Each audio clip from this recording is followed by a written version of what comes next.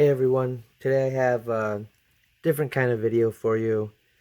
Might look like it's going to be a pack opening, but it's not. I've been kind of inundated with graded card returns from both PSA and CGC, so that's been a lot of what my content's been over the past few weeks, but I'm reorganizing my office space and going to be doing some remodeling in the coming months. One thing I came across buried deep in a tote was my little box of oddities and errors, miscuts, off-center cards. So I'll take you through that box. I'm not really a big error collector by any means. I don't think I've ever bought one. They just don't appeal to me that much. I guess they appeal enough to me that I have a box that I throw them all in. I value them more than just selling them off at standard pricing for a non-error or even the slight premium that the errors might garner. So yeah, I just toss them in the box and they're interesting enough that I keep them around. But I don't know if you can really tell from this angle. Kind of looks like just two generations, two Hidden Fates packs. But I took standard normal packs just for reference. You'll see that I have no idea what's heavier light for these packs, but the Generations packs, 19 grams, and the Hidden Fates packs, 22 and a half. You'll see when I weigh these other two, 36.8 and 33.4. So something's going on there. You'll see on the side that these packs are significantly thicker. I've seen and heard of these from other people. I think there's some openings across YouTube, all the way vintage packs, some modern packs. Generally what happens is there's a packaging error where a second set of commons or uncommons gets shuffled in with them and stuffed into the pack. So I don't think I'll ever open these down the line just because they're kind of a neat thing to have. If and when I do, I would definitely do it on video in case it turned out to be some kind of a crazy pack stuff with ultra rares. I really doubt it though. I think the likely outcome of opening either of these packs would be primarily disappointment. So I'll try to avoid that in the future. But anyways, that's where we're gonna start off with. And just, again, I didn't buy these. These were opened myself from distributor product. I don't remember whether this was one of the mythical pin collections or the super premium collections. Whatever the case, they were definitely legitimate product. Not any kind of funny business as far as being resealed or anything like that. So off screen, I've got several different stacks. I'll just go one by one. Some of them are really not very interesting at all, but I guess less interesting than others. They're all a little bit interesting, but this stack, so this Gligar has one corner that you can see had a little bit of an issue in the rounding stage. And this was a one-off. I think this came in a booster pack where all the other cards in the pack were okay. So that was kind of strange. But one thing you'll notice in the next couple stacks that I show you is like this one here, I believe came from a breakthrough theme deck. You can see the top and bottom right edges are both square. You can see there's other stuff going on with some of these, but some of them have bends or creases that came from the issues during rounding, and other ones are not affected quite as bad. But yeah, it was a whole deck. Just getting that. There's a Pikachu. No, I mean, theme decks don't generally have too many really great, really popular cards. Sometimes they have the the cracked ice variant of like a Charizard, but that one would be out in the front of the packaging, not inside of the deck. So I don't think I've ever seen an issue with the rounding on the the cracked ice variant of a card in a deck. But unfortunately, the nature of this error, I think it would be seen as less of an error, more of just complete damage. So I think these, I mean, the packs, there's probably people who would pay some amount of a premium for the novelty of it. These are pretty much just damaged cards. I don't think anyone would have interest in them. The next stack here, again, another deck. Yeah, actually, it's funny. These are actually breakthrough as well. So, another breakthrough theme deck. I guess they had issues with that set. Actually, maybe this one wasn't. There's Plasma Storm, Plasma Blast. So some of these might have came from a breakthrough theme deck. You can see they're actually so off center that I think they call them miscut. Once you can see the like the print dots, the alignment dots. So there's some breakthrough here. Noble Victories, Plasma Storm. I think these ones came from the black and white sets. Plasma Freeze. These came from one of the maybe the Ho-Oh Lugia Legendary Battle decks. Some reasonably playable cards there. Versus Seeker, Ultra Ball. But yeah, these ones I think not showing any damage, just showing the off center / miscut. I think these would have some amount of value to different people on the market. And these are you'll see these are the Sun and Moon era energies. Just probably came in a deck as well because there's so many just water energies. And that's just a random Tapu Koko promo that was pretty off-center. So that's my off-center stack. There's a few cards. Like I know I have, I think it's on my eBay right now, like a Greninja EX that came from a pack that's miscut. That one actually graded. I think it got a PSA 7 miscut. But other than that, what you're seeing in this video is pretty much everything I've gotten over the years. Here's another stack. There's probably been times where I've missed this, but these ones got like roller marks over them.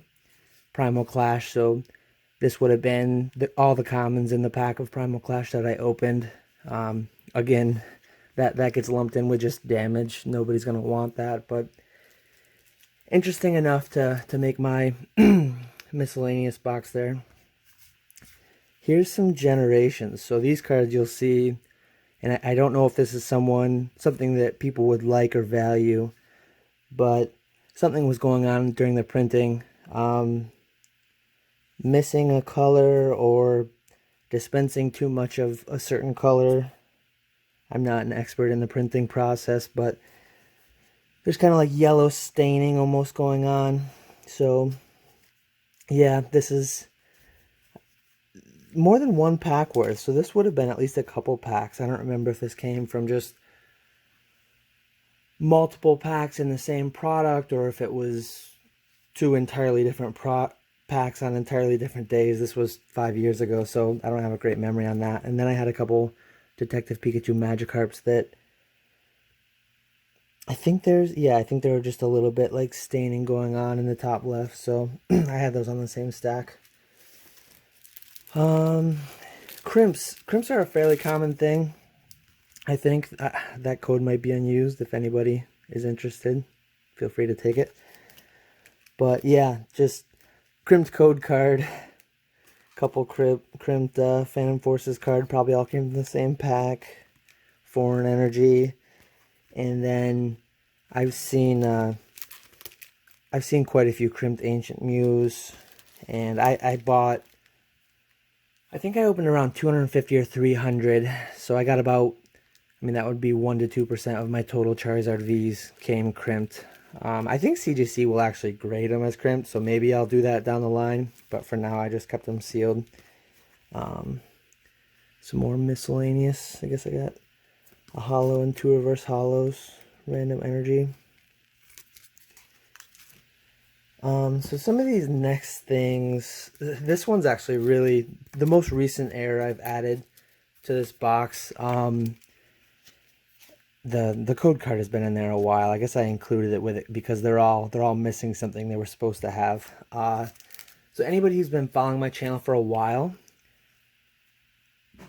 a month or two ago, probably 2 months ago now, I bought 250 Rayquaza Keldeo Battle Arena decks, and I had them sent to Troll and Toad Evo for them to open and then list the singles. I think it was the Rayquaza slot, so 5 of my 250 decks, I should have been getting 500 Rayquaza EXs, I believe, because there's 2 per deck. And I only had 495, which isn't a big deal on, I mean, 1% of them going missing. But in their place, I had these 5 error cards that I wasn't expecting pop up. It was really neat, really interesting to me. Unfortunately, I wasn't able to open these myself. I don't know if they came from consecutive decks from the same case, or if they were just all over the place. But I opted to have them return them to me. I didn't want to just list them without ever seeing and handling them. I think same as the Charizard Crimps, I do believe CGC will grade these. I'm not too well versed in it, but I do believe that there's some market interest for these. I think the suggested price on Troll and Toad, nobody had any listed, but it was like $20. I looked at some completed listings on eBay, maybe in the $30 range. Maybe you can get a slight premium grading, I'm not really sure, but these, occasionally I'll get, not really knowing why, because these were all pack fresh pulls by me. I'll get something coming back from PSA like this, factory misprint, non-holder. In these ones, you'll see 4.9 cert. These were very, very recent.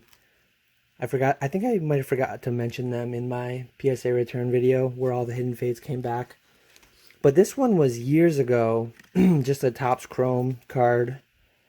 I really don't remember if I ever was able to identify what was wrong with this card. And I don't have the greatest eye for details like that.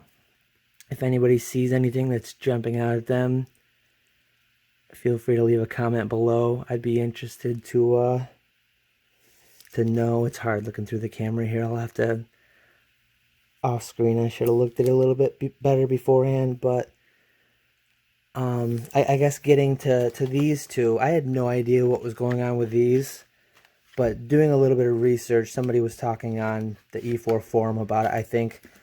So I think there's like a matte version and then like a glossy version, and these do look really glossy. If I was more prepared, I would have had another Hidden Fate shiny card to compare, but unfortunately I don't. I guess I can just maybe show another random. Yeah, so you can see it's not like so shiny, so glossy. I guess that's the error. Just the finish on it is quite a bit glossier.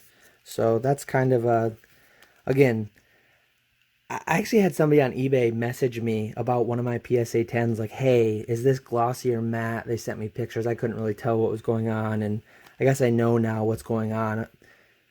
Presumably some of these are sneaking through PSA.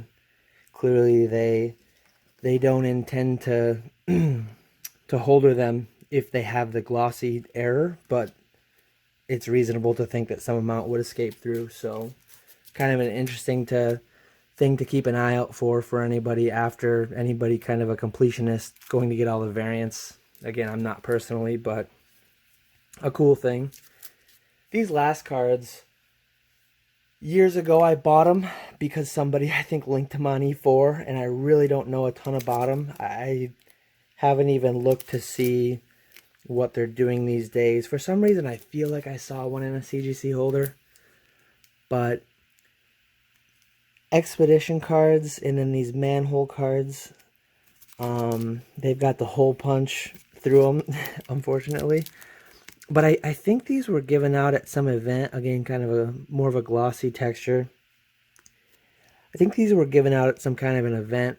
Again, feel free to leave a comment below if you know what the source of these was. I'll have to look back to my purchases. I don't think I paid too much for these.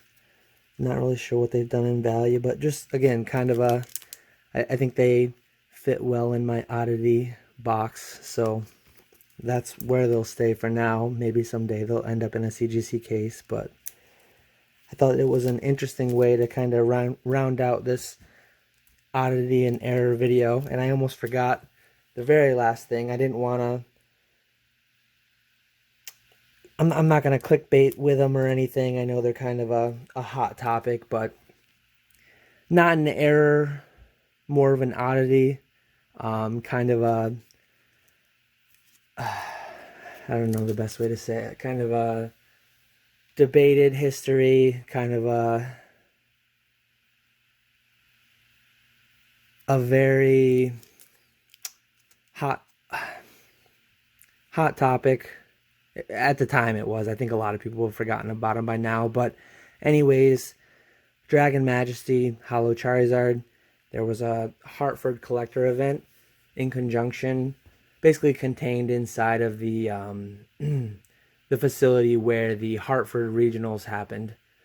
I think it was 2017, maybe 2018. But yeah, it was in conjunction with the Hartford regionals. It was not an entirely Pokemon endorsed event. I mean, they allowed it to happen at the regionals, but they didn't necessarily do these stamps on their own. It was kind of a third party thing that they didn't necessarily give their direct blessing to, but they kind of knew that it happened to some extent, I think. So kind of a conflicting thing that people get fired up over, so I'll just save it for anyone who stuck around at the end. I went, my wife and my son, we all paid for the VIP entrance, so we got these stamps. I never had any intent to sell them. I really enjoyed the event, meeting other collectors. I think they're just kind of, to me, they represent nostalgia for that event, nostalgia for meeting some of those new people that I met there and seeing some friends that I've seen around at Worlds and such since. So they're, I think they're what the hobby's all about. Just, they kind of ignite those memories of good times in the past to me. So that's everything I've got for the video today. Anybody who stuck around to the end, feel free to like and subscribe if you are interested in seeing more content like this. I think I've gone on long enough. Video stretched out towards 20 minutes, but I appreciate you watching, and I will catch you all later.